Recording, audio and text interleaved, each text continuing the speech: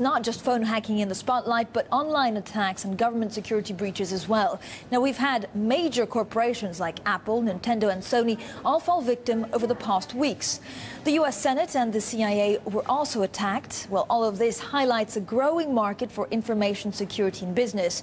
The NCC Group is one of Britain's biggest providers of that kind of software and has just returned an operating profit of £6.5 million in the full year. Well, we're now joined by Rob Cotton, the CEO of NCC Group. Rob, thank you so much for coming in the studio.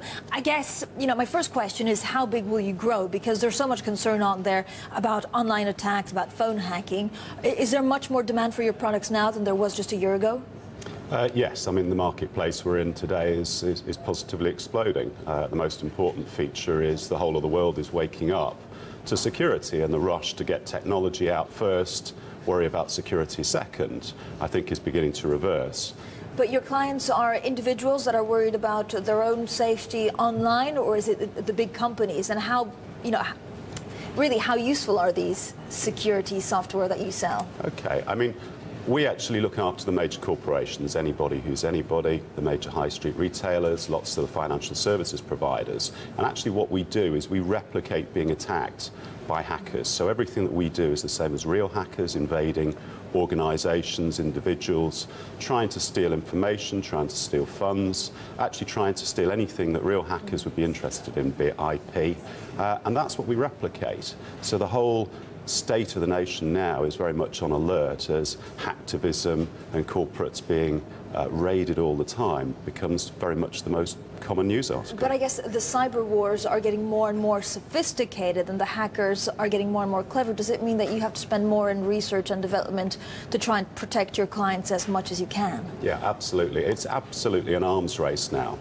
We've seen a very clear declaration of war, and there's a very clear statement that lots of the hacktivists want to bring down a number of the corporations. We have to stay one step ahead. If we don't, both as an organisation and our clients, we're in a really bad state of affairs. Rob, so how much in the next 5 years are you going to grow in terms of revenue, and how much of that, percentage-wise, of that revenue will you have to spend in actually making your software that much more desirable?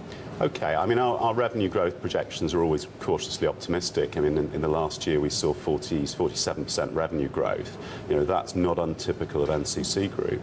In terms of investment in R&D, it's actually an investment in our people, and it's not so much software or tools, but actually creating people with the skills to be able to replicate being real hackers in a safe environment legally.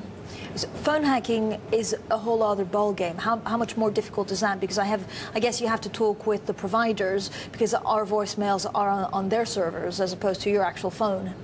I mean, phone hacking, very topical, obviously, but it goes right back to when mobile phones were invented. We got the phones out fast, we got voicemail technology, nobody thought of security. It was as simple as not advising people to change the PIN codes. Every mailbox had the same PIN code. Now we've got a very similar problem with all the tablets that come out, with everybody accessing Wi-Fi in public areas.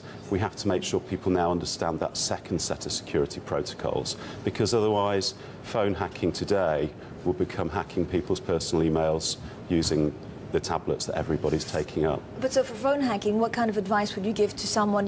What would you tell me, for example, to do to avoid phone hacking? Okay, first things first, make sure you change your PIN code on your voice box. And most people now use an iPhone or a BlackBerry or some form of tablet. Make sure you never join a public network that you don't know is completely secure. Always look for the secure emblem. I'd always suggest that you don't do secure transactions in a public place, so you don't start looking at your bank account in a coffee shop. On your mobile, okay. On your mobile. I'd do that in a safe environment at home, which in its own way can have its own threats, but that's certainly safer than a public coffee shop. All right, great tips. Rob, thank you so much. Rob Cotton there.